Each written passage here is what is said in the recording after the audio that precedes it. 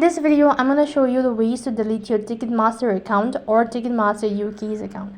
So to delete your Ticketmaster account, you'll need to contact the Ticketmaster customer service team directly, and there isn't any options to delete your account through the Ticketmaster website. Here's how you can do it. First of all, make sure to prepare your account information. Before contacting support team, make sure you have all the necessary information related to your Ticketmaster account, such as your account username, email address, and any other information as well. Then you can reach out to Ticketmaster UK customer support team by phone, email, or live chat. You can also visit the Ticketmaster website, navigating to the help or contact section to find the appropriate contact info.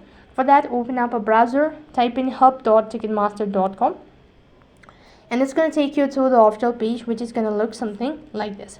Look for the category, and then you could go to my account section. When you are on this page, you go to my account, and likewise click on see all 11 articles, and here you could go and see the option that says close my profile.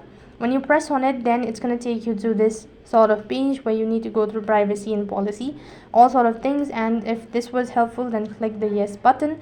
Here, if you wish to delete your account, click on the link that says your choices and right, and when you do that, it's going to direct you to the other page where you need to go ahead and read all of these.